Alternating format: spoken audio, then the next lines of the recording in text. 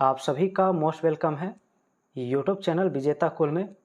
तो साथियों, ये वीडियो आप सभी के बिहार कार्यालय परिचारी परीक्षा और बिहार सिविल कोड प्यून के री एग्ज़ाम के लिए काफ़ी महत्वपूर्ण होने वाला है, क्योंकि यहाँ पर एक नया प्रैक्टिस सेट हम डिस्कस करने वाले हैं और ये सेट फ्रेंड्स आप सभी के खान सर का होने वाला है।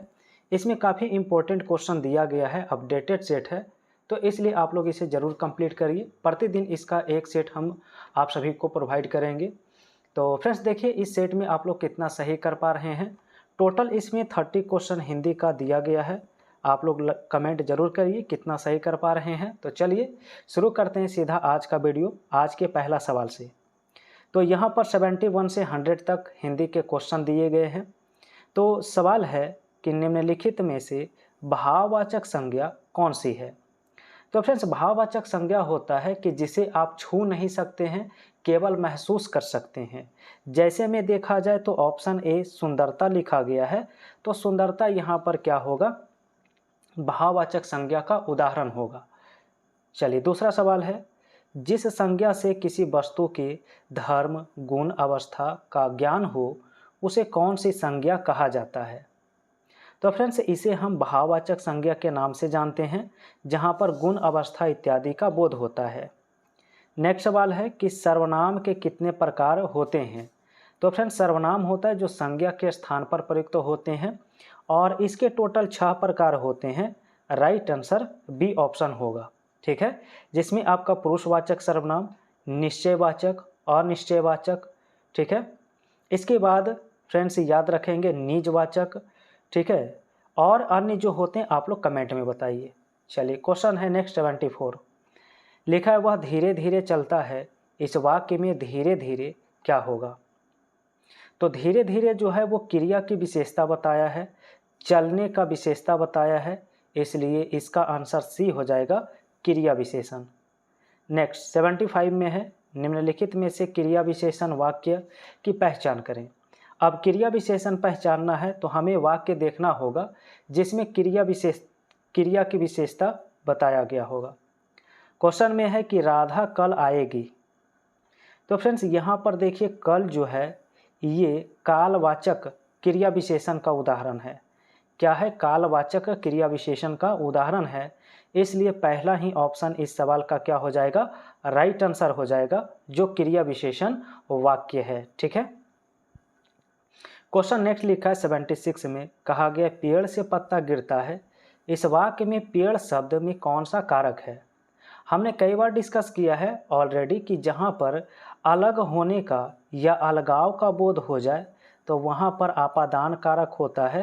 तो चूंकि पेड़ से पत्ता अलग हुआ है, इसलिए आंसर सी होगा, आपादान कारक। और इसके बाद अगला सवाल फ्रेंड्स 77 में है, लिखा है अतिथि के लिए चाय लाओ, वाक्य में अतिथि के लिए कौन सा कारक होगा। तो याद रखेंगे, अगर किसी के लिए कुछ किया जाए, किसी को कुछ दिया जाए, तो ऐसी परिस्थिति में जो कारक प्रयुक्त होता है वो होता है संप्रदान कारक, और संप्रदान कारक की विभक्ति होता है को के लिए। क्या होता है, तो को के लिए इसकी विभक्ति होता है। तो याद रखेंगे, इसका आंसर बी है। नेक्स्ट सवाल है, कहा गया भूतकाल के कितने भेद होते हैं। तो भूतकाल के याद रखना है, टोटल 6 प्रकार होते हैं, राइट आंसर सी होगा।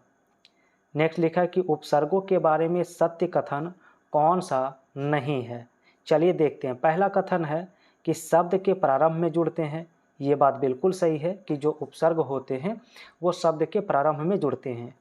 दूसरा है कि शब्द के अंत में जुड़ते हैं, ये बात बिल्कुल गलत है। शब्द के अंत में जो जुड़ते हैं तो उसे हम प्रत्यय कहते हैं। क्या कहते हैं, प्रत्यय कहते हैं। तो इसलिए ऑप्शन नंबर बी इसका क्या है, राइट आंसर। नेक्स्ट 80 नंबर सवाल है, लिखा है समुज्ज्वल शब्द में किस उपसर्ग का प्रयोग हुआ है। तो फ्रेंड्स, समुज्ज्वल में जो होता है वो सम होता है, राइट आंसर सी होगा। नेक्स्ट लिखा है निम्न में से कौन सा शब्द अप्रत्यय युक्त है। अप्रत्यय युक्त इनमें कौन सा है, तो देखना होगा ऑप्शन प्यारा में। तो प्यारा में जो प्रत्यय लगा हुआ है वो आ है, आंसर सी होगा।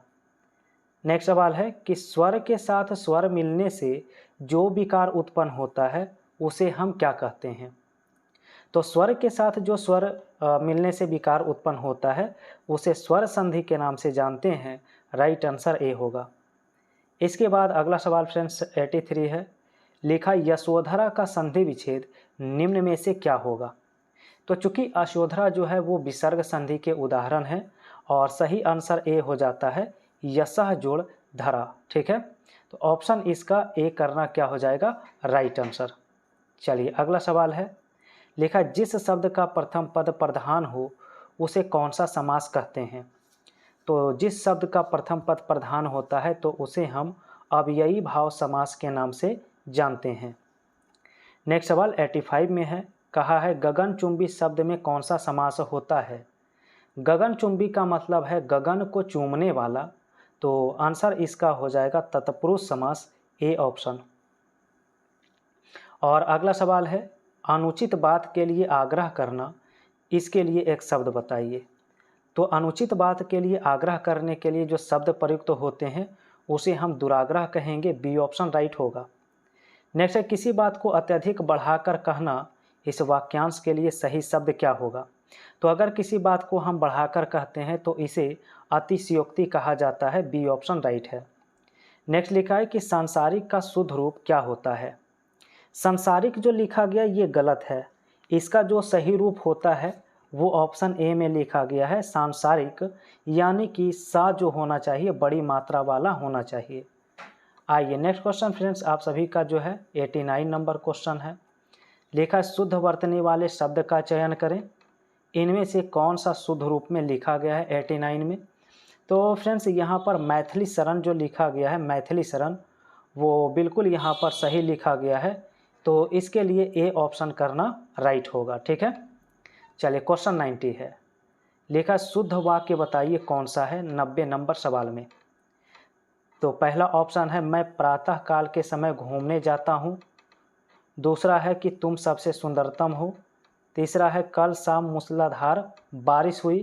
तो यहाँ पर अगर देखा जाए तो सबसे सही ऑप्शन आपका सी होने वाला है, कल शाम मूसलाधार वर्षा हुई, यह लिखना सबसे अच्छा है। तो ऑप्शन सी इसका क्या है, राइट आंसर है। इसके बाद क्वेश्चन 91 है, लिखा यह किताब मेरे पिताजी में है। तो जो रिक्त स्थान दिए गए हैं वहाँ पर क्या भरना होगा। तो यहाँ पर होना चाहिए कि यह किताब मेरे पिताजी की स्मृति में। स्मृति का मतलब होता है किसी की याद में, तो ऑप्शन बी जो लिखा गया स्मृति वो सही है, तो बी ऑप्शन भरना राइट होगा। क्वेश्चन 92 है, लिखा ऑनरेरियम का हिंदी पर्याय क्या है। तो फ्रेंड्स हिंदी का जो पर्याय यहाँ पर होने वाला है वो इस सवाल का ऑप्शन सी होने वाला है, मानदेय। क्या हो जाता है हिंदी पर्याय, तो मानदेय हो जाता है, ऑप्शन सी। नेक्स्ट क्वेश्चन यहाँ पर लिखा है निम्न में से कौन सा धनुष शब्द के पर्यायवाची शब्द होते हैं। तो धनुष के पर्यायवाची शब्द में धनु, चाप, पिनाक इत्यादि आते हैं, तो पिनाक लिखना यहाँ पर राइट आंसर हो जाएगा, ऑप्शन नंबर बी में पिनाक इसका राइट आंसर है। चलिए क्वेश्चन 94 है, लिखा है विलोम शब्द की दृष्टि से कौन सा युग्म यहाँ पर गलत लिखा गया है। पहला युग्म है भौतिक का आध्यात्मिक, बिल्कुल सही लिखा गया है। दूसरा कृति का अपकृति, ये भी सही है। सी ऑप्शन में उत्तम का विरत लिखा है जो गलत है, क्योंकि उत्तम का जो होता है अपोजिट वो अधम होता है या फिर निकृष्ट होता है, या फिर क्या होता है तो निकृष्ट होता है, इसलिए यहाँ पर सही आंसर सी होगा।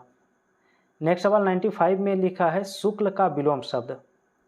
तो फ्रेंड्स शुक्ल का सही विलोम शब्द आपका कृष्ण पक्ष होता है।